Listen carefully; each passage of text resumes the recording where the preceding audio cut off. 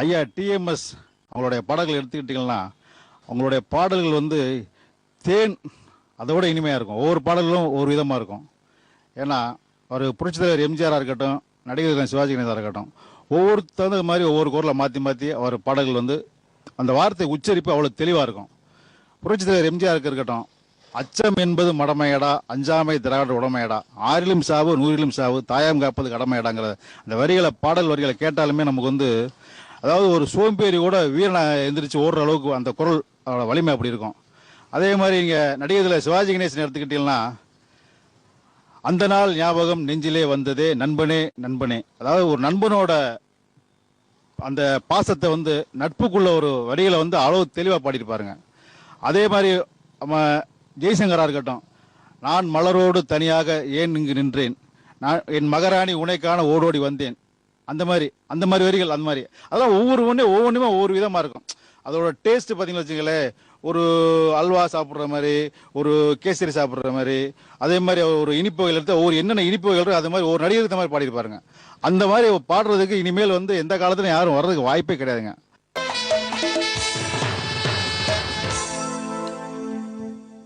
ஐயா டிஎம்எஸ் பாடின பாட்டிலே காசே தான் கடவுளோட, கடவுளுக்கும் இது தெரியும்டா, அந்த பாட்டு எனக்கு ரொம்ப பிடிக்கும்.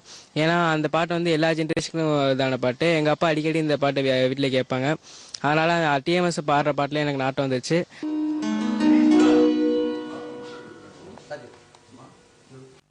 டிஎம்எஸ் ஐயா அவர்கள் பாட்டு வந்து பொதிகை டிவியில் ஒளிபரப்புறது ரொம்ப எல்லாரையும் சென்றடைகிற மாதிரி இருக்கணும்.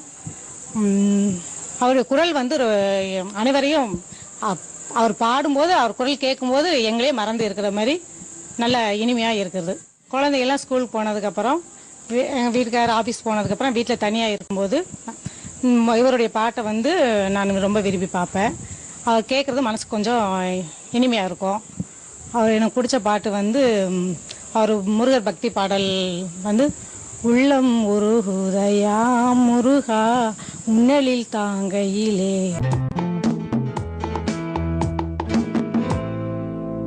டிஎம்எஸ்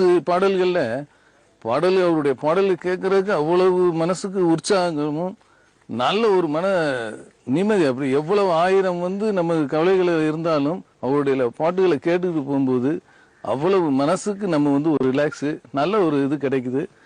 அதாவது ரெண்டாவது அவர் பாட்டை எந்த நேரமும் நம்ம கேட்டுக்கிட்டு இருந்தாலே ஒரு நல்ல ஒரு உற்சாகமான ஒரு பொசிஷன் கிடைக்குது, நல்ல ஒரு இதாக இருக்குது.